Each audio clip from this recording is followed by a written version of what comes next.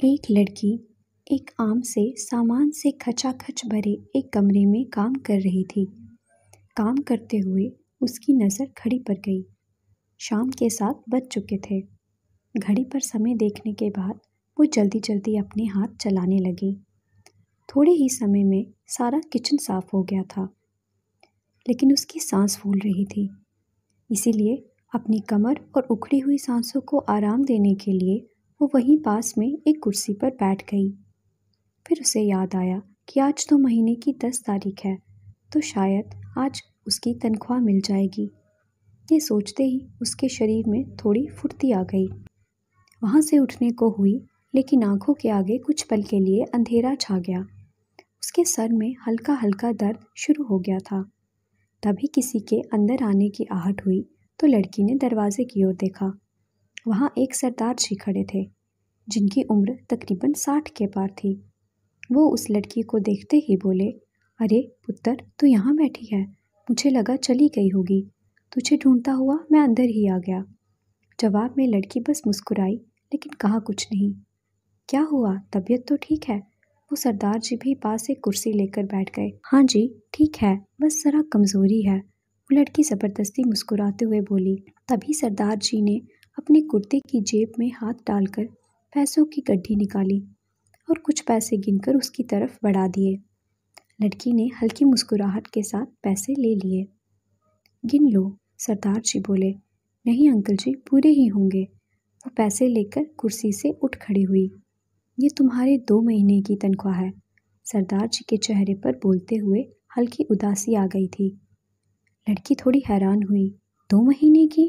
पर क्यों? उसने अपने हाथ में लिए पैसों पर एक बार नज़र डाली। वो बेटा, थोड़ा रुकते हुए वो फिर बोले, दरअसल मैं ढाबा बंद कर रहा हूँ। बोलने के बाद वो उसको खाली आंखों से देखने लगे। ये शायद उनकी ज़िंदगी का सबसे मुश्किल काम था जो आज उन्होंने किया था। अच्छा, वो धीरे से बोली। उसके चेहरे पर शून्यता थी। सरदार जी ने कहा, दिल की तकलीफ़ बढ़ती जा रही है मेरी। डॉक्टर ने ऑपरेशन का बोला है, लाखों लगेंगे और शायद ढाबा बेचना पड़ेगा। अब बेटे भी इतने कमाऊ पूत तो है नहीं जिनका कोई आसरा हो। तूने बहुत साथ दिया है बेटा, अच्छा नहीं लग रहा तुझे मना करते हुए, लेकिन क्या करूं, मेरी मजबूरी है। वो उसके सर पर हाथ रखते हुए बोल रहे थे। कोई बात नहीं, आप चिंता न करें, आप ठीक हो जाएंगे। थोड़ी देर वो रुकी और फिर बोली, मैं चलती हूँ, आप अपना ध्यान रखना। उसने किचन के कोने में रखा अपना बैग उठा लिया, जो बैग से ज़्यादा झोला लग रहा था। तुम भी ख्याल रखना। वो मुस्कुराते हुए उसे जाते देख रहे थे। हे वाहेगुरु, खुश रखिए अनु। वो बस जाते जाते उसे देखते बुदबुदाए और लड़की ने भी जाते हुए एक नज़र पीछे देखा। ढाबे के ऊपर बोर्ड पर लिखा था वीरा दा ढाबा। उसने एक गहरी सांस ली और आगे बढ़ गई। कदम भारी थे उसके, लेकिन चलना तो था, क्योंकि जहाँ अब तक थी वहाँ कुछ बाकी नहीं रह गया था अब उसके लिए। बस स्टॉप पर खड़ी गाड़ी का इंतज़ार करते हुए उसने पैसे गिनना शुरू किया था। झोला बीच बीच में कंधे से सरक रहा था। सर दर्द बढ़ चुका था, लेकिन उसका ध्यान सिर्फ पैसे गिनने पर था। पूरे 16,000 उसके 2 महीने की तनख्वाह थी ये। भीड़ से भरी बस से लेकर अपने मोहल्ले की तंग गलियों से पहले आते लोगों से खचाखच भरे बाजार तक, न जाने कितनी ही बार उसने ये हिसाब लगा लिया था कि ये पैसे कहाँ खर्च होंगे और कितनी जल्दी खर्च होंगे। उसका सर दर्द से फटा जा रहा था। लग रहा था अभी गिर पड़ेगी।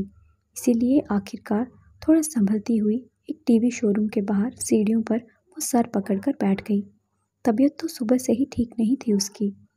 वहीं बैठे हुए एक गहरी सांस छोड़कर सड़क पर सैलाब की तरह दौड़ती दुनिया को देखते हुए वो अपनी ही सोच में गुम थी। वहीं शोरूम के अंदर खड़े हुए बहुत सारे लोग वहां दीवार पर लगे टीवी पर नज़र गाड़े हुए थे, जहां न्यूज़ रूम के अंदर बैठी मेकअप में पुती हुई टीवी एंकर पूरे जोश के साथ बोल रही थी। हमारे साथ नए जुड़े दर्शकों को बता दें आज की ब्रेकिंग न्यूज़। दुनिया के अमीरों में शुमार होने वाले भारत के बड़े उद्योगपति राजशाह ग्रुप ऑफ कंपनीज के एमडी और चेयरमैन जोरावर सिंह राजशाह और अरोड़ा डायमंड्स की मालकिन मृणालिनी जयसिंह अपनी शादी के 5 साल बाद अलग होने का फैसला ले चुके हैं। हालांकि अभी डिटेल्स का पता नहीं चल पाया है, लेकिन देश के 2 पावरफुल एम्पायर्स के अलग होने से दोनों के शेयर्स की गिरावट के साथ साथ इस तलाक का असर देश और दुनिया की स्टॉक मार्केट पर पड़ने के पूरे आसार हैं। उसके बाद उस लड़की को शोरूम के अंदर से कुछ भी सुनाई देना बंद हो गया। सर का दर्द अब हथौड़े की तरह बज रहा था। कुछ देर के बाद जब कुछ राहत मिली तो शोरूम से बाहर आते कुछ लड़कों की आवाज़ उसके कानों में पड़ी। एक लड़का बोला, अरे यार, मैंने तो कल ही पैसे लगाए थे शेयर मार्केट में, बेड़ा गर्क हो जाए। तो दूसरा बोला, अबे रुक तो जा, पहले ही मातम मनाना शुरू कर दिया तूने, कल तक पता चलेगा। शोरूम से बाहर आते वो 2 नौजवान शेयर मार्केट में लगे अपने पैसों के भविष्य का आकलन कर रहे थे। उनकी आवाज़ें उसके कानों में चुभ रही थी। सर फिर फट रहा था। वो हिम्मत करके उठकर चल पड़ी अपनी मंजिल की ओर। धीरे धीरे चलते हुए एक अंधेरी तंग गली पार कर एक मोहल्ले में वो जैसे ही घुसी, वैसे ही एक औरत ने अपने घर की खिड़की से उसे आवाज़ लगाई, मानो उसी के आने का इंतज़ार कर रही थी। वो औरत बोली, आ गई रावी।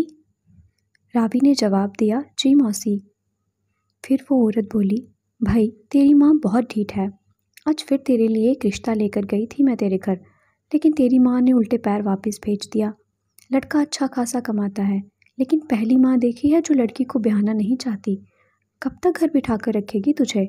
32 की तो हो गई है तू, और जब से तुझे देखा है बस मजदूरी ही कर रही है। उस औरत की आवाज़ में दया भी थी और उपहास भी। रावी का मन नहीं था उससे बात करने का, तो वो अनमनी सी बोली, मेरी तबीयत ठीक नहीं है मौसी। फिर वो औरत अचानक से थोड़ी सकपका गई। ओहो, मैं भी बेवकूफ़, सुबह तड़के निकलती हो और देर शाम तक घर पहुंचती हो। जाओ जाओ, घर जाकर आराम करो, कहाँ बातें लेकर बैठ गई मैं भी। रावी थोड़ी दूर अपने घिसटते कदमों से चलती हुई एक छोटे से घर के अंदर दाखिल हुई, जो काफ़ी पुराने ज़माने का लग रहा था और जिसकी बदरंग दीवारें और खस्ता हालत उस घर की और वहाँ रहते लोगों की हालात की तंगी बखूबी बयान कर रही थी। दरवाज़ा खोलकर वो अंदर घुसी ही थी कि सामने बरामदे में साधारण से कपड़े पहने एक औरत दरवाजे की तरफ ही देख रही थी। उसके साथ एक कमरे के पुराने ज़माने के दिखने वाले दरवाजे पर एक 24-25 साल की लड़की खड़ी थी। उसने रावी की अपेक्षाकृत अच्छे कपड़े पहन रखे थे।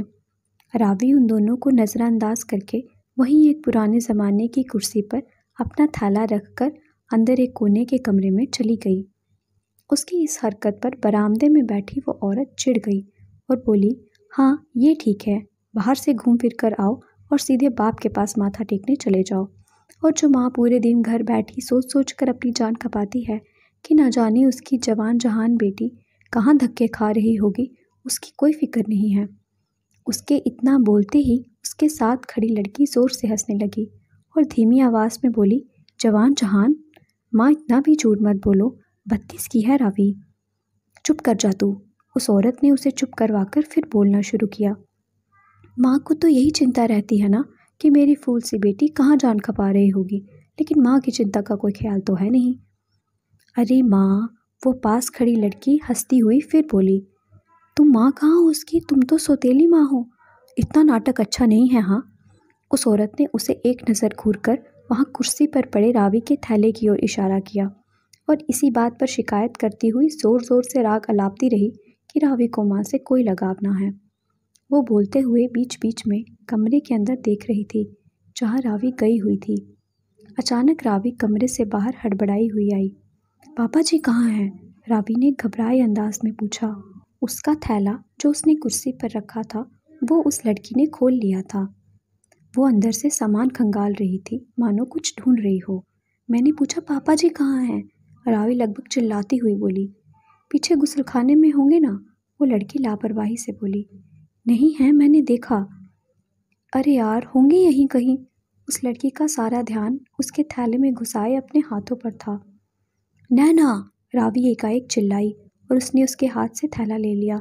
उसके चिल्लाते ही साथ वाले कमरे की खिड़की से अपना चेहरा निकालकर वो औरत अब भारी सी आवाज़ में बोली, अरे चिल्ला क्यों रही हो? बोला ना उसने यहीं कहीं होंगे। तुम हर बात का गुस्सा हम पर ही निकालती हो। आज पैसे मिले ना तुम्हें, कहाँ रखे? तुम्हारे थाली में तो नहीं है। रावी बिना कुछ बोले अपने घर के गेट से बाहर दौड़ पड़ी। माँ बेटी पीछे से आवाज़ ही लगाते रह गए। वो पागलों से हड़बड़ाई हुई मोहल्ले की गली में भाग रही थी। तभी सामने से एक 10 साल का लड़का रावी दीदी चिल्लाता हुआ उसके पास आकर खड़ा हो गया। वो बुरी तरह से हाँफ रहा था। रावी दीदी आपके पापा। अपनी उखड़ी हुई सांसें लिए वो इतना ही बोल पाया। कहाँ? वो बाजार की कचरा कुंडी के पास हैं, बहुत भीड़ है वहाँ। इतना सुनते ही रावी बाजार की तरफ दौड़ पड़ी। वहाँ हाँफते हुए पहुंची तो सामने का नज़ारा देखकर दंग रह गई। सामने का नज़ारा उसके लिए नया नहीं था, बस जब भी ये नज़ारा उसके सामने आता था उसका कलेजा मुंह को आ जाता था।